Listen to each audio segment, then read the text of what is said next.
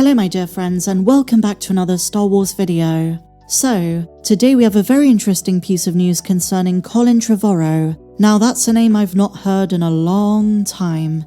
Duel of the Fates is trending, and people have been talking about it overnight. It's been a long time since we spoke about the original version of Episode 9, but it's time to revisit it, because I noticed there's a lot in the original script from 2016 which could come into play in Ahsoka Season 2. I'm talking about the nature of Mortis, how it relates to Peridia, and other dark side entities. I didn't put 2 and 2 together until I reread the script. Episode 9 is much further down the timeline, but just like Lucasfilm so often does, some of those ideas might be recycled. So in this video, we're gonna cover some of the latest news, and then we're gonna piece together everything we know about the leaked scripts for Duel of the Fates. So, Colin Trevorrow, the co-writer and director for the original version of Star Wars Episode 9, and it was such a different ending to the Skywalker saga, one which plenty of fans, judging by the script, say would have been much better than the version we got. Rey disguised as a Tusken Raider, some of the crazy antics of BB-8 and Leia, between incorporating elements of the prequel trilogy, like another Battle of Coruscant, to a First Order Stormtrooper uprising, to a very different interpretation of what balance in the Force means when you compare it to George Lucas's vision. This version of Episode 9 is unrecognizable. Colin Trevorrow left the project due to, quote, creative differences. We don't know the full story, but what we do know is his departure had nothing to do with the fan reception to The Last Jedi. He was fired before Episode 8 came out. But now that all is said and done, in the years since J.J. Abrams' version of Episode 9 came out, Colin Trevorrow has been rather quiet on the subject. But in a brand new interview, he reveals how depressing his departure from Lucasfilm was. He said it caused him to be detached from the franchise. In his own words, he says, "I have to be honest, it's been a struggle for me to engage with anything Star Wars, but there is a silver lining. He's willing to give Star Wars a chance again thanks to Andor." He says, "It's not that I don't know it's brilliant, I do know that. My son and I have both decided we're going to watch all of Andor this summer. So to the team that made Andor, I guess I can say you're the ones who finally brought me back in. I know that what they've done is extraordinary." And that's just another of many wins for Andor, by the way, bringing back Star Wars fans and Star Wars creatives who've not been as engaged in the franchise in recent years. Colin has a good excuse though.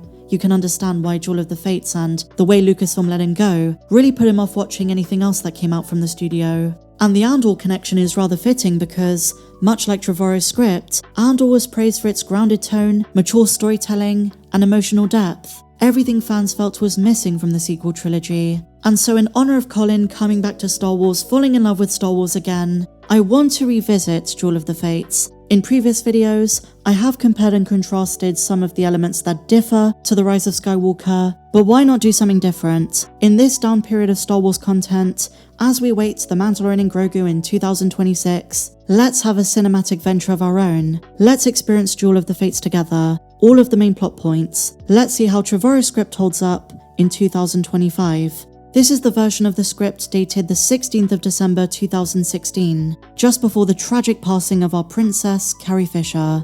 Star Wars Episode 9, Duel of the Fates. The iron grip of the First Order has spread to the farthest reaches of the galaxy. Only a few scattered planets remain unoccupied. Traitorous acts are punishable by death. Determined to suffocate a growing unrest, Supreme Leader Kylo Ren, who has replaced Snoke, has silenced all communication between neighboring systems. Led by the brave General Leia Organa, the Resistance has planned a secret mission to prevent their annihilation and forge a new path to freedom. In the opening shot, we see the shipyards of Kowat, where the First Order is building a fleet of Star Destroyers on the backs of oppressed workers. Partial construction has taken place. We're dropped straight into the action, with Rose Tico and BB-8 infiltrating the moon. BB-8 looks different. He's painted like a First Order droid to blend in for the mission. 2 more of our heroes appear. Finn and Poe are infiltrating another section of the shipyard. But the plan fails. The First Order is onto them. The heroes are captured and brought to a new First Order character called Admiral Vaughn. Now this is where things get insane, because it's where Rey makes her entrance, but she's donning a Tusken Raider disguise and ignites a double-bladed blue lightsaber, forged from the remains of the Skywalker lightsaber and her Jakku staff. Children of the workforce are in awe, recognizing her as a Jedi Knight. According to notes on the original script, the reason Rey's donning a Tusken Raider outfit is because some of the slave laborers are Tuskens. She was just trying to blend in. The Resistance then devises a new plan, steal a Star Destroyer, which they do.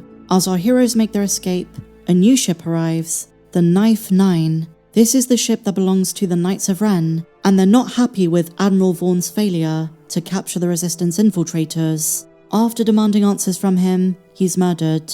The story then cuts to Coruscant, the former capital of both the Republic and the Empire, but it's no longer the vibrant city we knew. There are new structures, like the First Order Citadel, built upon the old skyline. We see General Hux, now Chancellor Hux, address the people. As a demonstration of authoritarian power, he makes an example of a traitor known as Bis Kova, guilty of aiding the Resistance in stealing the Star Destroyer. Hux executes him by light-bladed guillotine. We then see a gathering of First Order officers, akin to the meeting of the Imperials in A New Hope. They're all asking where Kylo Ren is. Only Hux knows. He can't tell them because his mission is secret, so instead he says, Ren is searching for something. He's been led to Mustafar. He finds the castle of Darth Vader, his grandfather.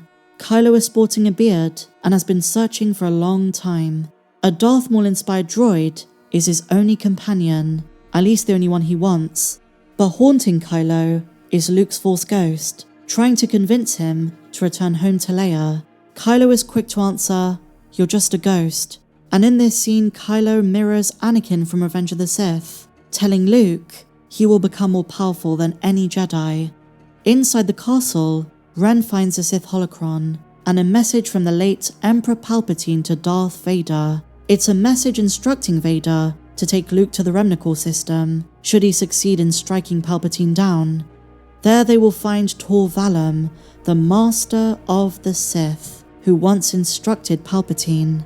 It is believed that Tor Valum was the master of Darth Plagueis, so in this version of events, not Darth Tenebrous. The holocron then scans Kylo, and realizing he's not Darth Vader, it blasts him with red lightning, causing him to scream in agony as the dark energy spreads over his body.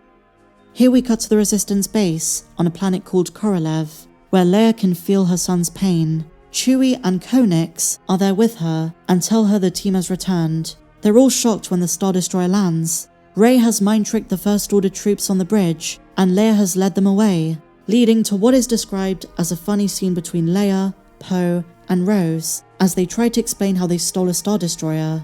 Okay, so now we come on to what I think is the most prequel-coded part of Duel of the Fates. The sequel trilogy really shied away from prequel elements, but had this script been the final version, this would have brought the movie full circle with the rest of the saga. Rey confides in Finn that she doesn't think she can live up to people's expectations, now that she's being recognized and respected as a Jedi. She then tells Finn she's been having nightmares of Kylo. She feels connected to him. This might have been the origin of the Force Dyad concept, but Rey believes there is still hope for Ben.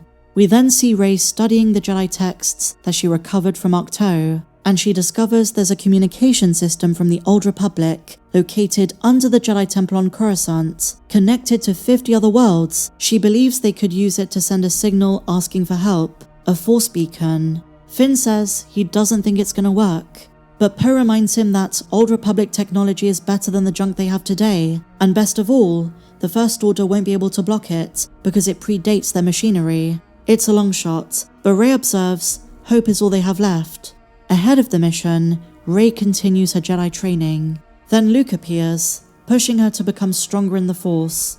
Meanwhile, Kylo Ren is back on Coruscant, badly injured from the blast of the Sith holocron. His face is deformed, like that of Palpatine. So then we hear a conversation between Rey and Luke's ghost, and builds off themes and dialogue from The Last Jedi. The Rise of Skywalker was a real betrayal of Episode 8. It moved away from the notion that Rey is a nobody and made her a Palpatine, but in this script, that's not the case. And then conversely, we cut to a conversation between Kylo Ren and his grandfather's helmet, Darth Vader's mask. Kylo's been told that Anakin was redeemed in the end, but the way he interpreted it was a moment of weakness. So in frustration, Kylo throws Vader's mask, saying, quote, "You allowed love to cloud your judgment. I will not fail, as you have." Back at the Resistance base, the heroes are ready to set off on their respective journeys. Rey has one last conversation with Leia. I feel lost. I don't know what my path is, but I still believe I can save Ben. Leia sadly replies, I believed once. There's good in all of us, but my son is gone. And Leia imparts one final piece of wisdom upon Rey. My whole life I've heard about balance. I don't even know what that means. You're not like my father or my brother. You're new. Whatever happens, Rey, remember that the Force chose you. Your story isn't written by anyone else, just yourself. So this is where Rey's path is extremely different, and probably one of the reasons that Lucasfilm fired Colin Trevorrow.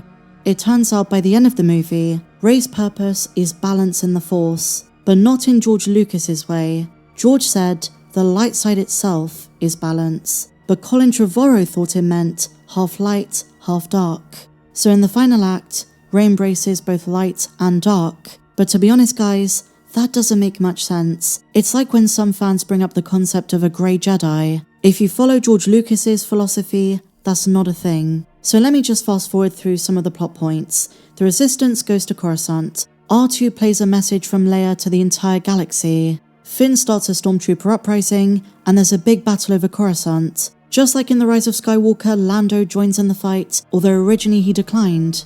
R2-D2 gets destroyed and then rebuilt. The First Order realizes they're losing, so General Hux, through his own volition, takes a lightsaber through his chest. Kylo meets Tor Valum, who sends him to Mortis. Rey visits a Force Seer, who also sends her to Mortis. And this is where the final act takes place. And could allude to some things in Ahsoka Season 2. If Tor Valum was part of the dark side of the Force, is it possible they're going to repurpose him for Peridia? Does he reside there? Is that who's calling out to Baylan? Let's take a look at the final few scenes. Rey is climbing an icy peak as she attempts to reach a shining summit. When she gets there, she finds ancient statues of robed figures that are not Jedi. As the wind and snow whip around her, she's assaulted by a vision of Jakku. As Rey is confronted by her past in the mountain, on a different part of Mortis, Kylo is confronted by his. When the vision is over, Kylo begins to climb the same mountain that Rey just did. The two finally meet. Just like in The Last Jedi, Kylo offers her an olive branch. You don't have to be alone. With the power of Mortis, we could rule the galaxy as the ancients did, the dark and the light. This is when there's a very strange confirmation that young Kylo Ren, under the influence of Snoke, is the one who killed Rey's parents. They then duel, an epic confrontation of lightsabers and majestic force powers, trying to take the living force from one another. Kylo nearly kills Rey, but just before he does, Leia finally gets through to him. She reaches out in the Force. He restores Rey's life, and just like in The Rise of Skywalker, redeemed as Ben Solo, he dies. His final breath, revealing Rey's true name, Rey Solana, not Skywalker. Then there is a very bizarre moment where the Force ghosts of the past give Rey a choice: come and live in the astral realm of the Force, or return to the living. She chooses to remain, but Yoda tells her that she did something no Jedi before her ever could: be balanced in the Force, half light, half dark. You can see why this is super problematic, and very much anti-George Lucas's Force philosophy. The film ends on Modesta, on a serene ranch where Finn waits with a group of children. Rey arrives to train the next generation of Jedi.